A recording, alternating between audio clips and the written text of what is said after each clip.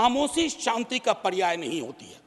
शांति के लिए न्याय चाहिए। मैं आंकड़े बताना चाहता हूं और मनोज जी खास देखे, आत्मा है तो अंधेरे में टटोल कर सुने, सोचे और विचार परिवर्तन होता है तो ईश्वर के लिए करें। चुनाव करा के कश्मीर को वापस इनका जो राज्य की मर्यादा थी, राज्यों की दर्जा इनको दिया जाए। आज अगर उनके जैसे मेरे विचार होते तो ये सुप्रीम कोर्ट के जजमेंट को देखकर डिप्रेशन के मारे 1 महीना सदन में ना आता। जब इतिहास सिद्ध कर दे, समय सिद्ध कर दे ये फैसला गलत है, देश के हित में वापिस आना चाहिए।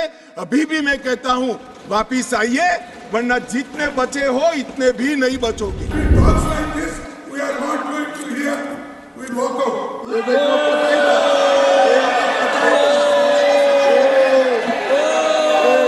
मेरा ये चैनल सब्सक्राइब करें और मेरे हर अपडेट आपको मिले, इसके लिए बेल आइकन जरूर दबाइएगा। आप सभी को मेरी ढेर सारी शुभकामनाएं। सर, आज कश्मीर का कोई नहीं है इस सदन में। मैं था उस दिन जब नहीं। वो अपने बारे में कह सकते हैं, हमारे बारे में क्यों कह रहे? हम तो सदैव कश्मीर के हैं, हमेशा के। आपके बारे में वो सच हो सकता है, हमारे बारे में आप कैसे स्टेटमेंट कर सकते हो भाई? आप कह दो मैं कश्मीर का नहीं हूं, कश्मीर के लिए नहीं हूं, मगर मैं इस देश का कश्मीर से लेकर कन्याकुमारी और द्वारका से लेकर नॉर्थ ईस्ट तक हर व्यक्ति का कश्मीर है और हर कश्मीरी का देश है। क्या बात कर रहे हैं आप? आज 370 पे फैसला आया। इतिहास आपने यहां एक फैसला लिया था, तब संसद वहां थी। सर, ये लगभग घिस चुका था, हम भी जानते हैं, लेकिन एक मनोवैज्ञानिक पहलू था। मैं आग्रह करूंगा सरकार से कि उस साइकोलॉजिकल हीलिंग की भी कोशिश होनी चाहिए। अगर धारा 370 का फैसला गलत है तो मेरी सरकार का है, मेरा फैसला है। प्रधानमंत्री नरेंद्र मोदी जी ने यह फैसला लिया है। ना मोदी जी इस फैसले से भाग सकते हैं, ना हमारी कैबिनेट भाग सकती। जब इमेज बिल्डिंग के लिए बड़े बड़े फैसले लेते हैं, संवेदनशील दिमाग से फैसले लेते हैं, तब इसको ओन भी करना पड़ता है और देश को जवाब भी देना पड़ता है। जो कश्मीरी घाटी में रह रहे हैं, गांव में रह रहे हैं, उनको लेकर के भी एक चिंता होनी चाहिए। जो युवा मान्यवर पत्थर लेकर घूमते थे, मोदी सरकार ने, इस प्रधानमंत्री ने इसके हाथ में लैपटॉप पकड़ाने का काम किया है। पूरी दुनिया का एक्सेस और आतंकवाद और अलगाववाद की बात करने वाले लोग धारा 370 कर आधार बनाकर अलगाववाद की बात करने वाले लोग, आज जो लोग बात करते हैं उनकी कश्मीर की जनता अनसुनी करती है, डेमोक्रेसी और डेवलपमेंट की बात करती है। मान्यवर, ये आज बदलाव हुआ है। ये स्टोन पेल्टिंग क्यों कम हुई?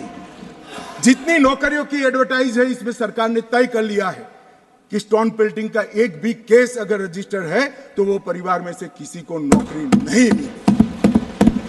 क्यों ये विदेश भागकर आतंकवाद करते हैं? वो लोग डरे हैं क्योंकि हमने तय किया है जिसका परिवार का जन पाकिस्तान बैठकर आतंकवाद को प्रोत्साहन देता है, उसके परिवार में किसी को नौकरी नहीं मिलेगी। मान्यवर, हमने तय किया है कि जो टेलीफोन रिकॉर्ड के आधार पर प्रस्तापित होता है कि किसी का परिवार का व्यक्ति लिप्त है आतंकवाद को बढ़ावा देने में, तो नौकरी में है तो भी उसको डिसमिस करने के सर्विस रूल्स हमने बनाए। सदन के अंदर हमारे अमित शाह जी ये कह रहे थे बड़े जोर शोर से, सीना ठोक के, हम पीओ को कब्जे में लाएंगे। अभी बताए कब पीओ का कब्जे में लाएंगे? जम्मू और कश्मीर दोनों को मिलाकर 83 सीटें थी, लद्दाख की सीटें निकाल दी है क्योंकि वहां यूटी बन चुकी। 83 सीटें थी, उसकी जगह 90 सीटें अब डिलिमिटेशन कमीशन ने करी है, जिसको भारत सरकार ने माना है। और पाक ऑक्यूपाई कश्मीर की 24 सीटों को आरक्षित रखा गया है क्योंकि हम अभी भी मानते हैं, कोई जिसको जो बोलना है वो बोले। इस सदन में बोला हुआ शब्द इतिहास बनता है। मैं आज फिर से कहना चाहता हूं, पाक ऑक्यूपाई कश्मीर भारत का है, हमारा है और हमसे कोई नहीं चाहता। तो हम भी ये चाहूंगा कि सुप्रीम कोर्ट की कहने पर ये सरकार जल्द से जल्द ये चुनाव की घोषणा करे और चुनाव करा के कश्मीर को वापस इनका जो राज्य की मर्यादा थी, राज्यों की दर्जा इनको दिया जाए। अब इसमें तो इतना सारा लूट गया, जो दावे थे सारे खारिज हो गए। तो एक पूंछ पकड़कर मैंने बाइट देखा करते हैं, क्या पूंछ पकड़ते हैं कि चुनाव आयोग ने ऑर्डर कर दिया। अरे भाई क्या ऑर्डर करा, मैंने स्वयं कहा है कि हम चुनाव कराएंगे, इसमें कौन सी बड़ी बात है। इसी सदन में कहा है, लोकसभा में करा है, एज अ गृह मंत्री ऑन रिकॉर्ड करा है। अब मुझे कोई समझाए इसमें विजय कहां से हुई है। घोर पराजय में विजय कैसे ढूंढना, इसकी कला कोई आप लोगों से सीख ले साहब। इतने बड़े घोर पराजय, आज अगर उनके जैसे मेरे विचार होते तो ये सुप्रीम कोर्ट के जजमेंट को देखकर डिप्रेशन के मारे 1 महीना सदन में ना आता। आखिरी चीज कहूंगा सर, बड़ी पीड़ा के साथ, कि खामोशी शांति का पर्याय नहीं होती है। शांति के लिए न्याय चाहिए। और कहा था आतंकवाद खत्म हो जाएगा, समाप्त हो जाएगा, लेकिन क्या आतंकवाद समाप्त आज हो गया? रोज रोज हम आतंकवाद की गतिविधियां वहां पर देख रहे हैं। ये कह रहे हैं कि क्या हुआ है, मैं आंकड़े बताना चाहता हूं, और मनोज जी खास देखे। आत्मा है तो अंधेरे में टटोल कर सुने, सोचे, और विचार परिवर्तन होता है तो ईश्वर के लिए करे। मान्यवर, ऑर्गेनाइज्ड स्टोन पेल्टिंग 2010 में 2654 घटनाएं थी, 2023 में सिर्फ 4 साल हुए हैं, एक भी पथराव की घटना नहीं हुई, एक भी नहीं। स्टोन पेल्टिंग में नागरिकों की मृत्यु 2010 में 112 हुई थी, क्योंकि स्टोन पेल्टिंग ही नहीं हुई है तो मृत्यु भी नहीं हुई, 0 मृत्यु हुई। मान्यवर, स्टोन पेल्टिंग में जख्मी नागरिकों की मैं बात करता हूं, सिक्योरिटी फोर्स नहीं, नागरिक जो घाटी के हैं, वो 6235 थे, क्योंकि स्टोन पेल्टिंग नहीं हुई है, 0 जख्मी है। अरे भैया, इनको दिखाई नहीं देता है। हम लोग हमेशा से इस बात को कहते थे कि माननीय गृह मंत्री जी, जम्मू कश्मीर राज्य का विषय संवेदनशील है और इस संवेदनशील परिस्थितियों में निर्मित हुआ है, और संवेदनशील परिस्थितियों को हम लोगों को समझने की आवश्यकता है। हमले हो तो बुला देना, इधर उधर कोई बड़ा एक्शन ले लेना जिससे दूसरे दिन के अखबार के टाइटल बदल जाए। हम छिपाने में विश्वास नहीं करते हैं मान्यवर। हमने हमारे समय में भी हमले हुए शुरू में, क्योंकि पुरानी आदत पड़ी थी। उरी में भी हुआ, पुलवामा में भी हुआ। हमने सर्जिकल स्ट्राइक और एयर स्ट्राइक कर कर घर में घुसकर जवाब देने का काम है। हमें संवेदनशीलता कश्मीर के युवाओं के लिए, मगर संवेदनशीलता की व्याख्या टेररिज्म के लिए नहीं। माफ करना दिग्विजय जी, टेररिस्टों के लिए हमारे मन में कोई संबंध नहीं। आप कितना ही अमित शाह जी पंडित जवाहरलाल नेहरू जी के बारे में कुछ भी कहें, लेकिन एक बात मैं आपसे कहना चाहता हूं, अगर आज जम्मू कश्मीर और विशेषकर जम्मू कश्मीर वैली आज भारत का अंग है, उसका एकमात्र श्रेय किसी को जाता है तो पंडित जवाहरलाल नेहरू पर विश्वास था शेख अब्दुल्ला का, जिसकी वजह से आज कश्मीर वैली हमारे साथ है। जो आजादी के बाद भारत की रचना को जानते हैं उनको मालूम होगा हैदराबाद में इससे भी बड़ा प्रॉब्लम हुआ था। क्या जवाहरलाल जी गए थे क्या?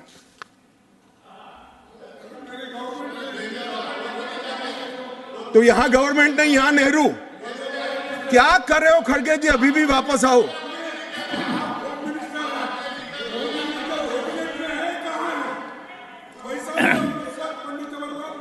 एक मिनट, रिकॉर्ड पर है। कश्मीर में दिग्विजय जी ने सरदार पटेल का नाम नहीं लिया। एक नाम लिया शेख अब्दुल्ला का, दूसरा नाम दिया जवाहरलाल नेहरू का। तो वो होम मिनिस्टर थे, क्यों नहीं दिया भाई? अब सुनिए दिग्विजय जी, अब सुनिए, सुनना पड़ेगा, ऐसे नहीं चलेगा। हमने सुना है, धैर्य से सुना है। मान्यवर, जूनागढ़ में क्या जवाहरलाल नेहरू गए थे? हैदराबाद में जवाहरलाल नेहरू गए थे? लक्षद्वीप में जवाहरलाल नेहरू गए थे? जोधपुर में जवाहरलाल नेहरू गए थे? जवाहरलाल नेहरू एक ही जगह काम देखते थे, जम्मू कश्मीर में, जिसको आधा छोड़कर आ गए। एक ही जगह देखते। मान्यवर, दूसरा, विलय लेट क्यों हुआ? सारे लोग जानते हैं साहब, इतिहास को 1000 फुट नीचे दफन कर दो, वो ऐसा बीज है जो वटवृक्ष बनकर सच्चाई बाहर आ जाती है। सब जानते हैं कि हमारा विलय इसलिए लेट हुआ कि महाराजा पर किसी एक व्यक्ति को विशेष स्थान देने का आग्रह था, शेख अब्दुल्ला को विशेष स्थान देने का आग्रह था। इसके कारण विलय लेट हुआ और पाकिस्तान को आक्रमण करने का मौका मिला। मैं एक कोट अनकोट पढ़ता हूं, यूनाइटेड नेशन के अनुभव के बाद मैं इस निष्कर्ष पर पहुंचा हूं कि वहां से कुछ संतोषजनक नतीजों की उम्मीद नहीं की जा सकती। मुझे सीज फायर करना अच्छा फैसला लगा, लेकिन इस मसले को ठीक से हम नहीं निपट पाए, नहीं परख पाए। हम सीज फायर पर और विचार करके बाद में निर्णय करना चाहिए था। हालांकि ये सब भूतकाल की गलतियां हैं। ये जो कोट है किसी और का नहीं है, जवाहरलाल नेहरू का है। अब उनको तो मानोगे या नहीं मानोगे कि उन्होंने गलती की है, स्वीकार करी है। और साहब एक मिनट, सोर्स भी बता देता हूं, Nehru memorial museum and library, Jawaharlal Nehru connection, JNSG 143 part 1। और उस वक्त जब अरे भाई स्वयं नेहरू कह रहे हैं मेरी गलती थी, क्यों इतना पकड़ कर रखा है पूंछ? पहाड़ी लोगों को भी आप आरक्षण दे रहे हैं, अच्छी बात है। ये कांग्रेस पार्टी और नेशनल कॉन्फ्रेंस की सरकार के समय से हम लोगों का प्रस्ताव ये रहा है, लेकिन उसमें ये भी बात समाप्त अभी नहीं, उसमें साफ नहीं की गई है कि आखिर जो हमारे अभी जिनको आरक्षण मिल रहा है उनका आरक्षण समाप्त तो कम तो नहीं होगा। मैं दिग्विजय सिंह को बहुत अच्छे तरीके से जानता हूं सर। जब भी वो हंसकर बोलते हैं तब बहुत समाज के अंदर डिस्टर्बेंस होता है। बड़ा रिकॉर्ड है उनका, मैं रिकॉर्ड को जानता हूं। आज भी हंसकर बोले, मैंने बोला क्या निहितार्थ थे, फिर मैंने ध्यान से उनकी चीज को याद कर सोचा तो मुझे मालूम पड़ा कि इन्होंने कहा कि भाई किसी का छीनकर तो नहीं लगू। ये गुर्जर और बकरवाल को लड़ाना चाहते हैं, गुर्जर और बकरवाल को लड़ाना चाहते हैं। मैं आज फिर से कह देता हूं मान्यवर, बैठ जाइए दिग्विजय जी, अब हो गया, लोग समझ चुके हैं आपको, बैठ जाइए। जम्मू कश्मीर का मसला जितना संवेदनशील है उतनी संवेदनशीलता इस माननीय मोदी जी की सरकार ने उसको प्रदर्शित नहीं किया है। कश्मीर के लिए कंडक्ट और इस पर हमारा नजरिया थोड़ा तंग है।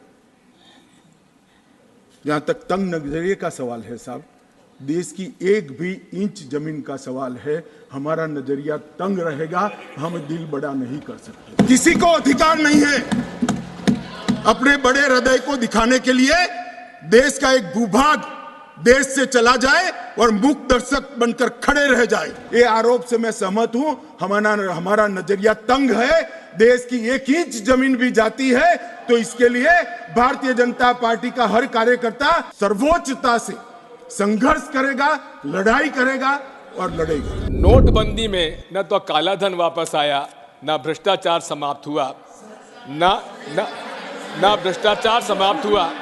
अभी झारखंड में किसी MP के यहाँ, मैं किस दल के हैं कहना नहीं चाहता, पूरी दुनिया जानती है, इतनी सारी कैश मिली कि बैंक के कैशियर कहते हैं हमने भी इतनी कैश कभी देखी नहीं है। गिनते 5 दिन हो गए, 27 मशीनें गर्म हो गई मान्यवर, गर्म हो गई, मशीनें बंद हो गई, मगर अभी समाप्त नहीं होता है। और एक भी एक घमंडिया गठबंधन ने इसकी टीका भी नहीं की है, उसको सस्पेंड भी नहीं। ये नहीं बैठेंगे, मुझे पूरा भरोसा है, वॉकआउट करेंगे।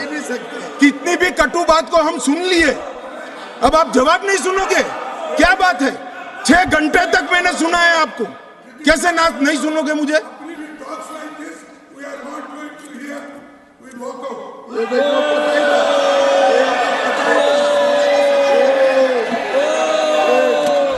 सर ये भी बात समझ लीजिए, PDP के नेता महबूबा जी को आज हाउस अरेस्ट करने का क्या कारण है? सुबह LG साहब ने स्पष्टता कर ली है, वो जहां जाना चाहे हम सिक्योरिटी भी देंगे, जा सकती है। अब जबरदस्ती कोई बाहर नहीं ले जा सकता, कोई हाउस अरेस्ट नहीं हुआ है, मैं रिकॉर्ड पर कहना चाहता हूं। आर्टिकल 370 में बचा क्या था? 90% जो अलग से आर्टिकल 370 के प्रोविजंस थे वो तो इंडियन कॉन्स्टिट्यूशन के साथ उसमें समावेश कर दिए गए थे पहले, धीरे धीरे धीरे धीरे, इसलिए उसका कोई असर नहीं था। इनसे ज्यादा मुसलमान गुजरात में है, कश्मीर से ज्यादा मुसलमान उत्तर प्रदेश में है, कश्मीर से ज्यादा मुसलमान बिहार में है, कश्मीर से ज्यादा मुसलमान आसाम में है। क्यों वहां अलगाववाद नहीं हुआ? क्यों वहां टेररिज्म नहीं हुआ? बाउंड्री का भी सवाल नहीं है साहब।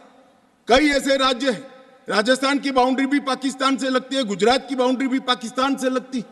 क्यों हुआ? क्योंकि धारा 370 अलगाववाद को बल देती थी और अलगाववाद के कारण आतंकवाद खड़ा हुआ। 75 साल तक उनका अधिकार जो भारत के संविधान ने दिया था, कौन रोक कर बैठा था उसको? कौन रोक कर बैठा था? क्या कोई जवाब दे सकता है? जम्मू कश्मीर के एसटी भाइयों के अधिकारों को कौन रोक कर? ये 3 परिवार रोक कर बैठे थे मान्यवर, जो 370 को एंजॉय कर। एक गलत फैसला हो जाता है, कितने भी बड़े आदमी से हो सकता है, किसी भी पार्टी से भी हो सकता है, मगर जब इतिहास सिद्ध कर दे, समय सिद्ध कर दे ये फैसला गलत है, देश के हित में वापिस आना चाहिए। अभी भी मैं कहता हूं, वापिस आइए, वरना जितने बचे हो इतने भी नहीं बचोगे। देश की जनता देखती है 2024 में 2-2 हाथ भी हो जाएंगे और जनता का परिणाम भी आ जाएगा और मोदी जी तीसरी बार प्रधानमंत्री। मेरा ये चैनल सब्सक्राइब करें और मेरे हर अपडेट आपको मिले, इसके लिए बेल आइकन जरूर दबाइएगा। आप सभी को मेरी ढेर सारी शुभकामनाएं।